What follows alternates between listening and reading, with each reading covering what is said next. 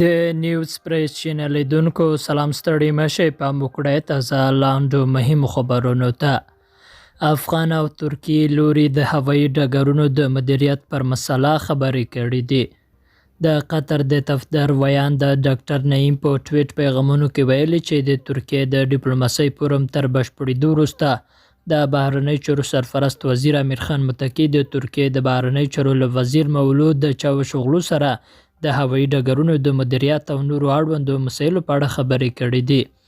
ډاکټر نعیم وایي د کابل هوایي ډګر په ګډون د افغانستان د نورو نړیوالو هوایي ډګرونو پر مدیریت له ترکیې سره خبرې روانې دي او هڅه کېږي دا بحثونه ژر یوې پایلې ته ورسیږي.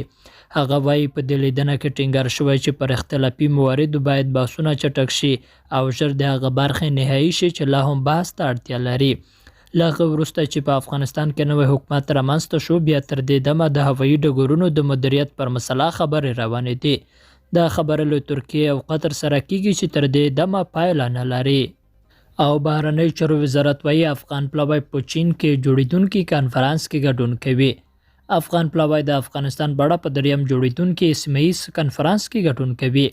د راپورونو له مخې ټاکل شوی چې د روانې میلادي میاشتې په وروستیو کې په چین کې د افغانستان په اړه د سیمې د هیوادونو کنفرانس جوړ شي.